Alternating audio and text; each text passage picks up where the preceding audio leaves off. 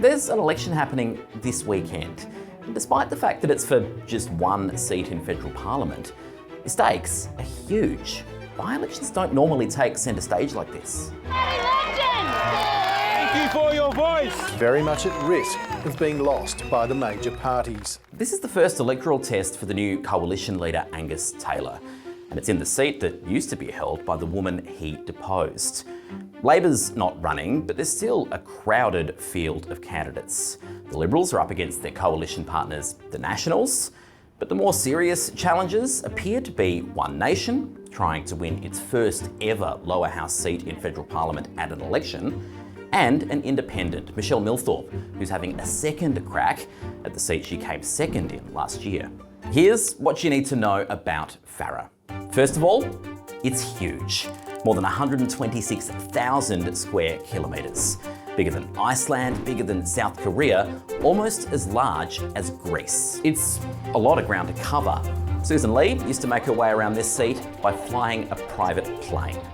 And different candidates are likely to appeal in different areas. The coalition is at serious risk of losing this seat, a seat that it's held since it was created in 1949. I knew that there was always going to be a big mountain to climb in Farah and more generally. Milthorpe did well in Albury last year, but she struggled in the more rural parts of Farah, exactly where One Nation tend to do better. So as the results roll in, it might be that we see Milthorpe taking a big chunk out of the Liberals' vote in the regional centres of Farah, while One Nation clobbers what would otherwise be the Nationals' support.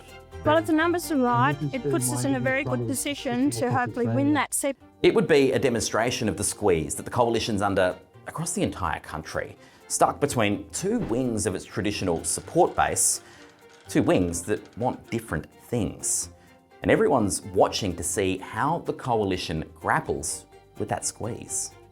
In this race, they've opted to give One Nation a boost, recommending voters preference Pauline Hanson's party after their own.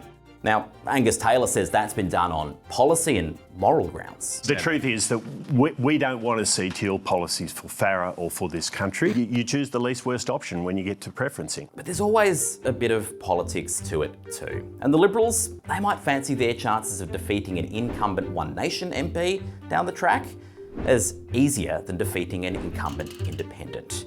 Because if they lose Farah, winning it back will be a priority.